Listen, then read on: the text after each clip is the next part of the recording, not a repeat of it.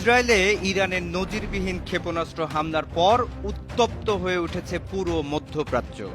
প্রায় ৩০০ মিসাইল দিয়ে ইসরায়েলে হামলা করে বুকে কাঁপন ধরিয়ে দেয় ইরান, ধ্বংস করে দেয় ইসরায়েলের একটি ঘাঁটি।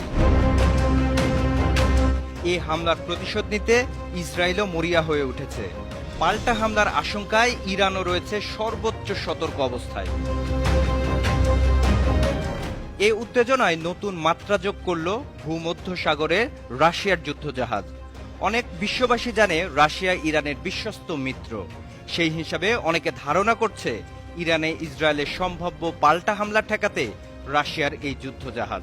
এ ব্যাপারে আল জাজিরা জানায়, মার্শাল সাপোশনিকোভ নামে রাশিয়ার ফ্রিগেটটি মিশরের সুয়েজ খাল হয়ে ভূমধ্যসাগরে প্রবেশ করেছে। এই ফ্রিগেটে কিনঝাল সুপারসনিক মিসাইল আছে।